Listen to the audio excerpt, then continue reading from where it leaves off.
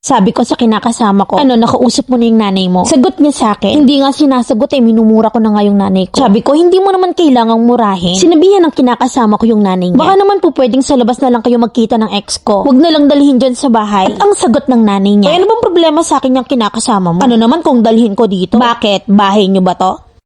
May 3 akong anak sa ex ko at isa dito sa kinakasama ko ngayon. 30 years old na siya at binata. 10 years sila ng ex niya pero hindi sila nagkaroon ng anak. Kaya't expect ko na kapag nalaman ng nanay niya na buntis ako ay matutuwa yung nanay niya. May mga natuwa mga kababata niya at matagal na niyang kasama sa trabaho. Pati kapatid niya natuwa pero hindi ang nanay at ang bunso niyang kapatid. Stay in sa ibang lugar yung kinakasama ko at sinasama niya kami pag nauwi sa bahay ng biyanan ko. Naipon ang sama ng loob ko sa nanay niya noon kasi nung months pa lang kami ng anak niya, inuwi ako ng kinakasama ko sa kanila. Nasa kwarto ako noon at pinuntahan ako ng bilas ko. Ipinarinig sa akin kung anong chinichismis sa labas tungkol sa amin ng mga manugang niya. At 2 kami ng bilas ko na chinichismis niya sa labas. Yung isa pa ay nung time na nag-aasikaso kami ng requirements ng bilas ko para sa applyan. Pag uwi namin ng bahay, nandun yung ex ng kinakasama ko ngayon. At ang dami pang ginawang hindi pagrespeto sa akin. Ngayon nga nasa summer kami at stay in kami gawa ng trabaho ng kinakasama ko. At nalaman ko na pinupupunta na naman nila sa bahay yung ex ng ka-live-in ko. Oo, nagalit ako at sinabi ko sa kinakasama ko na naman po pwedeng pakiusapan yung nanay niya na konting respeto sa akin. Na kung magkikita sila ng ex-manugang niya sa labas na lang. Pero bago pa man mangyari na magkausap sila ay nakapag-shared post na ako tungkol sa binan ko. Nakalagay yung caption na, kaya ba walang respeto at paulit-ulit na pinapupunta sa bahay ang ex-manugang niya. Friend kong lahat ang kapatid ng kinakasama ko kaya alam ko rin na mababasa nila yon. At yun ang purpose ko. Nag-shared post ako para malaman nila na hindi ko gusto na pinapupunta nila yung ex ng kinakasama ko sa bahay nila. Na baka po pwedeng kausapin nila yung nanay nila. Sabi ko sa kinakasama ko na, kausap mo na ba yung nanay mo? Sagot niya sa akin, hindi nga sinasagot minumura ko na nga yung nanay ko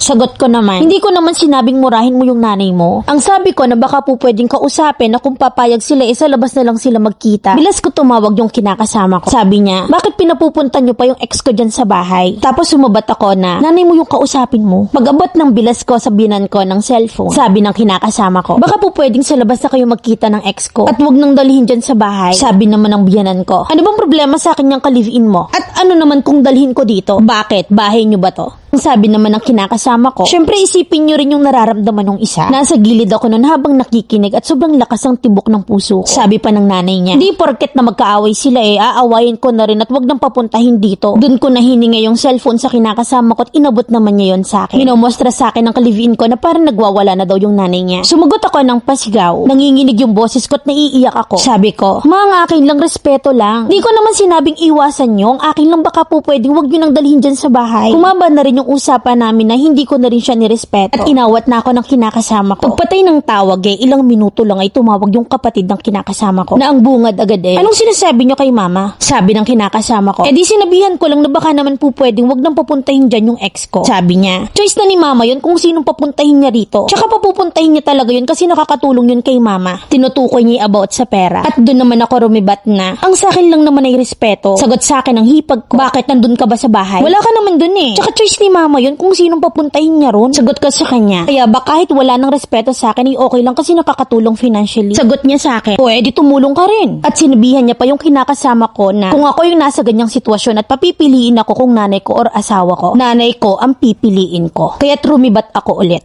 Ayan ba yung sinasabi mo ang asawa'y napapalitan at hindi yung nanay? Sinagot niya ako ng, oo. Rumibat ulit ako ng, okay, mindset mo yan, tama yan. At ang sabi niya sa akin, alam mo sa totoo lang, punong-puno na ako sa'yo. Nagtitimpi lang ako. Kinagulat ko yun kasi ang pagkakaalala ko, okay kami, close kami. Kasi sa tuwing magiinuman ay palagi niya akong pinapatawag. Pagkatapos ng usap namin ay humingi ulit ako ng pasensya sa kinakasama ko. Sabay patay ko ng cellphone habang umiiyak ako sa sama ng loob. Naglabas ako ng sama ng loob sa mga tinuturing kong kaibigan, sa mga nakakatanda sa akin, sa nanay ko, sa mga pinsan ko. At nakita ko na ang daming chat sa akin ng kinakasama ko. At pinapauwi na niya ako. Pag uwi ko, sinabi niya sa akin na galit lahat sa kanya ng kapatid niya. At nag-video call din sila ng bunso niyang kapatid na ang sabi raw sa akin, ang kitid daw ng utak ko para palakihin yung mga ganong bagay. Hindi niya ako sinabihan na humingi ako ng pasensya sa nanay niya. Pero hindi na raw kami makakatungtong doon sa bahay. Alam ko na naiipit yung kinakasama ko sa sitwasyon namin. Na alam ko naman kung bakit galit na galit sa akin yung biyanan ko. Na kasi pinagbawalan ko yung kinakasama ko na magpadala sa kanya ng pera. Pero kahit naman papaano, pagdating sa gamutan, nagpapadala rin naman yung kinakasama ko eh. Dagdag ko lang na kung bakit naipon yung galit ko sa biyanan ko. Ex kasi ng kinakasama ko ay 10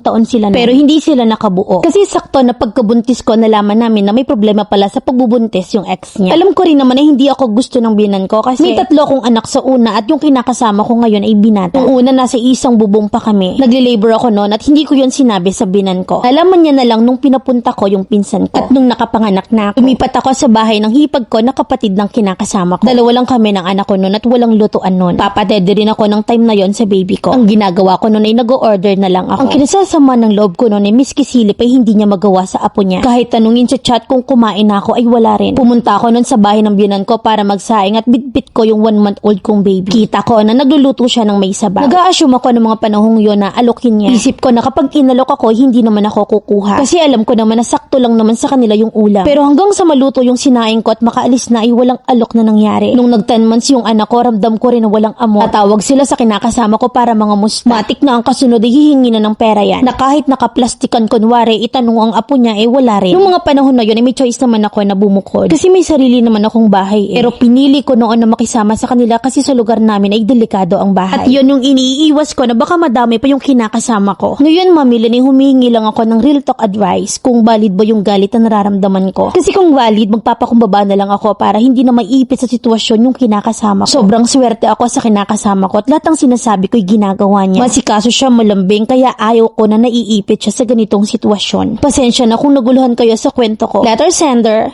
Kiray.